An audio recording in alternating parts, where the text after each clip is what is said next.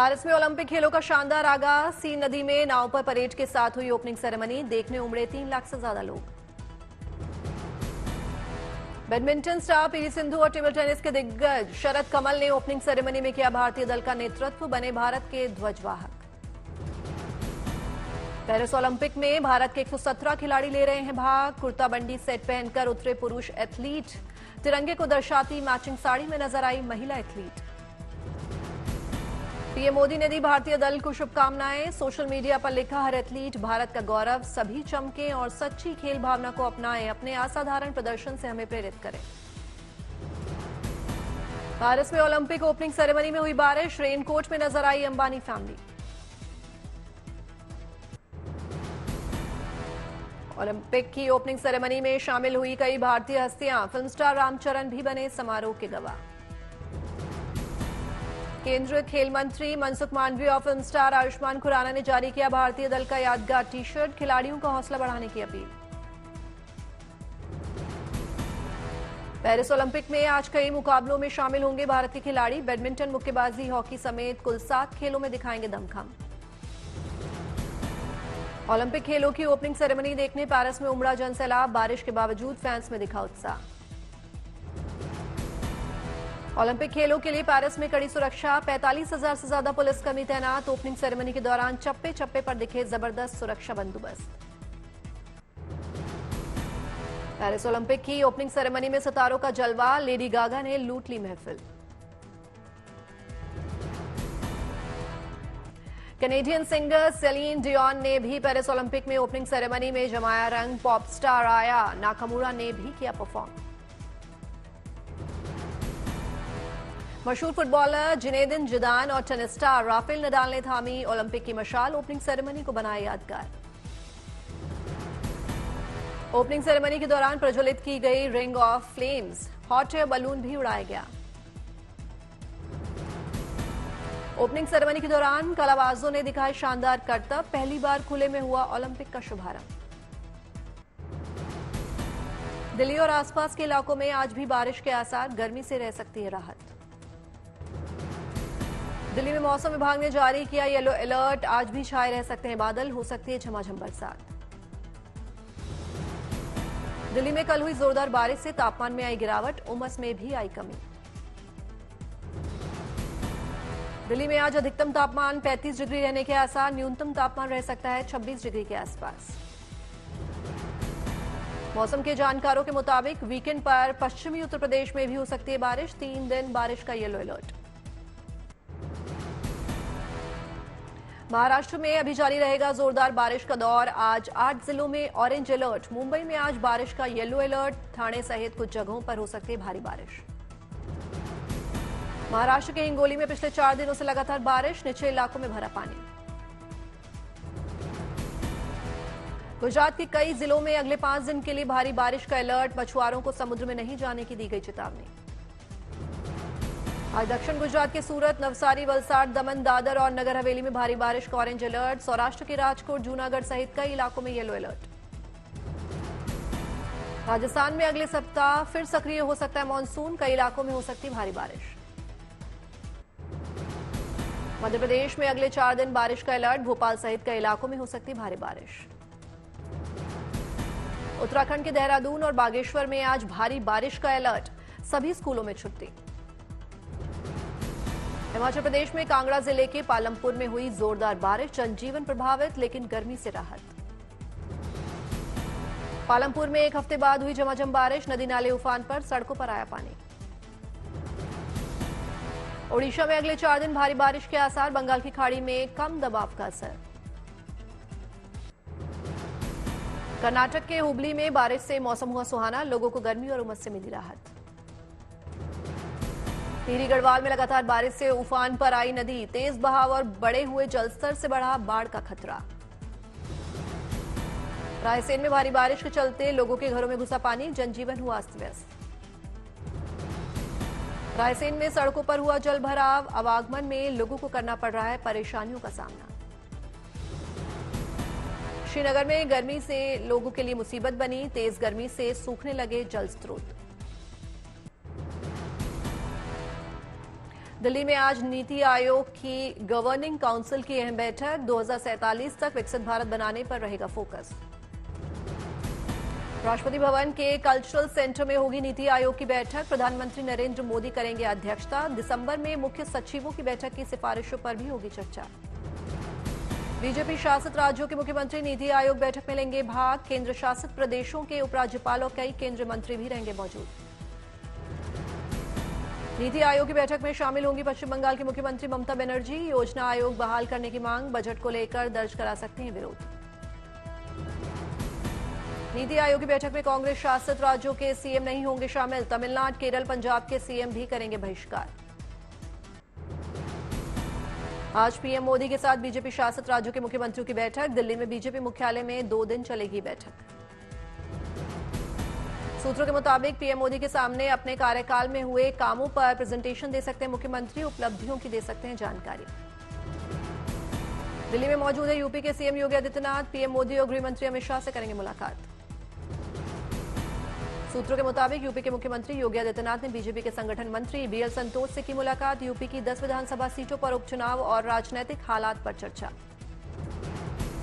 UP BJP में कथित खटपट के बीच दिल्ली में संघ की बैठक। यूपी के डिप्टी सीएम केशव प्रसाद मौर्य भी पहुंचे दिल्ली। एनसीपी शरद गुट के नेता शरद पवार का अमित शाह पर निशाना। बोले, जिन लोगों के हाथ में सत्ता है उन लोगों में कुछ भी परिवर्तन नहीं आया है। पवार का बयान, देश को गलत राह पर ले जाना चाहती है मौजूदा सरकार, इसलिए हम सब लोगों को देना होगा ध्यान। राज्यपाल के मानहानि मामले में ममता बनर्जी को हाईकोर्ट से फौरन राहत। अदालत ने नए आदेश में कहा, अभिव्यक्ति की स्वतंत्रता के दायरे में रहकर दे सकती हैं बयान। आज से हरियाणा में सुनीता केजरीवाल का चुनावी अभियान। अंबाला, भिवानी और रोहतक में करेंगी 2 दिनों का दौरा। बिहार के मुख्यमंत्री नीतीश कुमार के बेटे निशांत ने राजनीति में आने की संभावना को किया खारिज। पटना में बोले, अध्यात्म के रास्ते पर चल रहे हैं। गुजरात सरकार का बयान, अग्निवीरों को आर्म्ड पुलिस और एसआरपी की भर्ती में मिलेगी प्रमुखता। गुजरात के सीएम भूपेंद्र पटेल ने सोशल मीडिया पर लिखा, अग्निपथ योजना और अग्निवीरों के संबंध में विपक्ष द्वारा फैलाए जाने वाले भ्रम बेतुके भी हैं और निंदनीय भी। असम सरकार ने भी अग्निवीरों के संबंध में किया बड़ा ऐलान। कहा, असम पुलिस में की जाएगी भर्ती। असम के सीएम हिमंत बिस्वा शर्मा ने सोशल मीडिया पर कहा, झूठ फैलाकर सेना को कमजोर करने की विपक्षी कोशिशों को शिकस्त देगा भारत। ओडिशा सरकार ने भी अग्निवीरों के लिए आरक्षण और उम्र सीमा में छूट का किया ऐलान। सीएम मांझी बोले, राज्य सरकार की सेवाओं में मिलेगा 10% रिजर्वेशन। मध्य प्रदेश में बुधनी उपचुनाव को लेकर कांग्रेस का अलग अंदाज। जीतू पटवारी ने आयोजित की टिफिन पार्टी। कांग्रेस के नेता कार्यकर्ता हुए शामिल। एलजी रामविलास पार्टी के सांसद अरुण भारती ने सारण से आरजेडी उम्मीदवार रोहिणी आचार्य के सम्राट चौधरी पर बयान पर कसा तंज। कहा, बताएं बिहार से ट्वीट कर रही हैं या सिंगापुर से। बिहार में दरभंगा से बीजेपी विधायक संजय सरावगी ने तेजस्वी यादव पर साधा निशाना। बोले, मुकेश सहनी से थी सिर्फ मतलब की दोस्ती। झारखंड मुख्यमंत्री मैया सम्मान योजना में जोड़ी जाएंगी 48 लाख महिलाएं। महिला सशक्तिकरण और रोजमर्रा की जरूरत को ध्यान में रखकर बनाई गई ये योजना। छत्तीसगढ़ में भी नौकरियों में अग्निवीरों को मिलेगा रिजर्वेशन। सीएम विष्णुदेव साय ने किया ऐलान। नोएडा में कांवड़ यात्रियों की सुरक्षा के लिए पुलिस विभाग ने कसी कमर। एडीसीपी ने पुलिसकर्मियों को दिया दिशा निर्देश। हापुड़ में कांवड़ियों की सुरक्षा पर रखा जा रहा है खास ख्याल। चौराहों पर लगाए गए सीसीटीवी कैमरे। श्रीनगर से अमरनाथ यात्रा के लिए श्रद्धालुओं का अलग जत्था हुआ रवाना। भोले में दिखा गजब का उत्साह। बाबा के भक्तों के लिए सुरक्षा के पुख्ता इंतजाम। चप्पे चप्पे पर तैनात दिखे भारतीय सेना के जवान। रामेश्वरम में 1 अक्टूबर से नवनिर्मित पंबम ब्रिज पर शुरू होगी ट्रेनों की आवाजाही। रेलवे ने दी जानकारी। बीजेपी ने मदन राठौड़ को बनाया राजस्थान का प्रदेश अध्यक्ष। जयपुर के बीजेपी दफ्तर में कार्यकर्ताओं ने मनाया जश्न। जमकर फोड़े पटाखे। दिल्ली में केंद्रीय शिक्षा मंत्री धर्मेंद्र प्रधान से मिले हरियाणा के सीएम नायब सिंह सैनी। हरियाणा विधानसभा चुनाव के मद्देनजर धर्मेंद्र प्रधान को बनाया गया है चुनाव प्रभारी।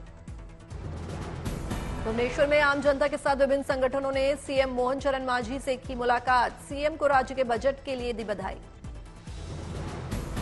बंगाल की सीएम ममता ने दिल्ली के सीएम केजरीवाल की पत्नी सुनीता केजरीवाल से की मुलाकात, उनके माता पिता के पांव छूकर लिया आशीर्वाद। एनटीए ने जारी किया नीट यूजी का फाइनल रिजल्ट, सुप्रीम कोर्ट के आदेश के बाद जारी हुआ संशोधित परिणाम, इसी रिजल्ट के आधार पर शुरू होगी काउंसलिंग। पटना पुलिस ने कोतवाली थाना में लगाया पहला क्यू और on record QR scan card, इसके जरिए सीधे फीडबैक दे पाएंगे पीड़ित फरियादी और आवेदक। दिल्ली पुलिस ने किया साइबर जागरूकता कार्यक्रम का आयोजन, बुजुर्गों को धोखाधड़ी और जालसाजी से बचाने की पहल। विकास सभा में शामिल हुए दिल्ली सरकार के मंत्री गोपाल राय, लोगों को बांटे पौधे। दिल्ली में जम्मू कश्मीर संभाग उत्सव में शामिल हुए राज्यपाल मनोज सिन्हा, प्रदेश में आ रहे बदलावों के बारे में जानकारी देने पर जोर। हरियाणा के सिरसा में 14 युवकों ने पास की अग्निवीर भर्ती परीक्षा, रिटायर्ड फौजी ने दी थी ट्रेनिंग। हरिद्वार में चल रहा है कांवड़ मेला, गंगा स्नान करके जल भरने के लिए पहुंच रहे हैं कांवड़िए। कांवड़ियों की सुरक्षा के लिए हरिद्वार में 4 जगहों पर एसडीआरएफ और जल पुलिस की टीमें तैनात, गंगा की तेजधार में हादसों से बचाव के इंतजाम। ऋषिकेश पहुंचे बागेश्वर धाम के कथावाचक धीरेन्द्र शास्त्री, 3 दिन तक की साधना। असम के चराईदेव जिले में मैदान शाही कब्रगाह को यूनेस्को ने दिया विश्व धरोहर का दर्जा, लोगों ने जताई खुशी। राजस्थान के नौगौर में लगाई गई मोटे अनाज के उत्पादों की अन्न प्रदर्शनी, लोगों को इनके इस्तेमाल के लिए किया गया जागरूक।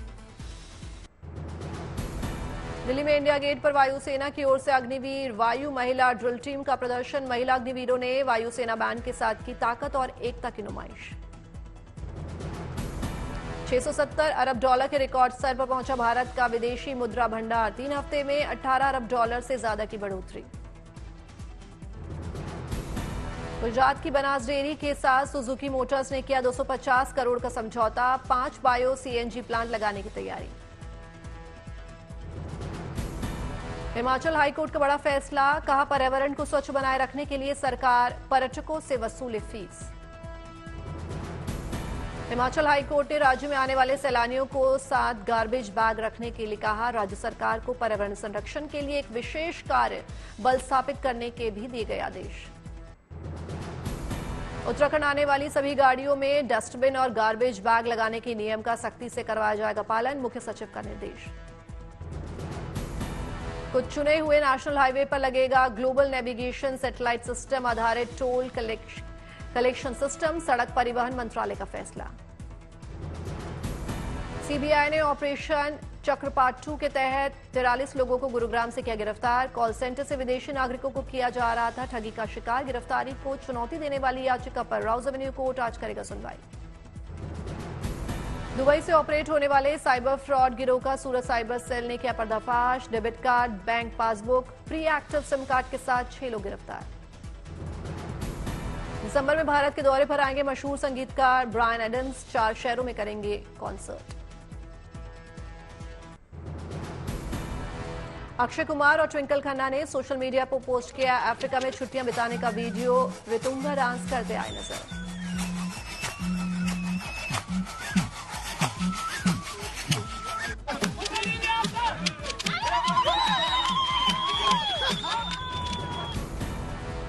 दिल्ली में चल रहा है फैशन का मेला, इंडिया फ्यूचर वीक के तीसरे दिन कई नामी मॉडल्स और डिजाइनर्स ने पेश किए नए परिधान।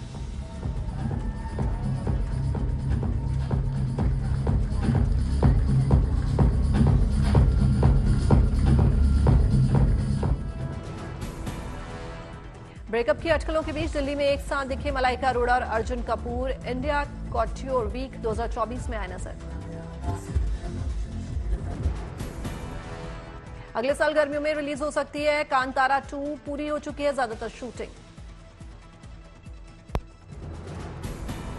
फराह खान के घर परिवार सहित पहुंचे शाहरुख खान, मां के निधन पर की मातब्बोसी।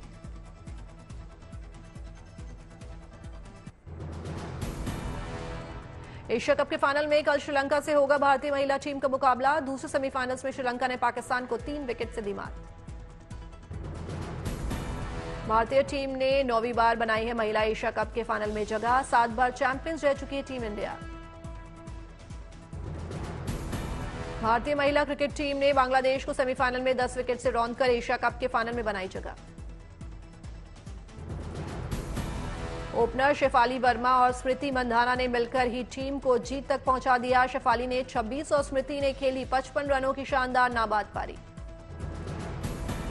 पहले बल्लेबाजी कर बांग्लादेश ने बनाए थे सिर्फ 80 रन। भारतीय गेंदबाजी के सामने टेके घुटने। रेणुका सिंह और राधा यादव ने 3-3 विकेट।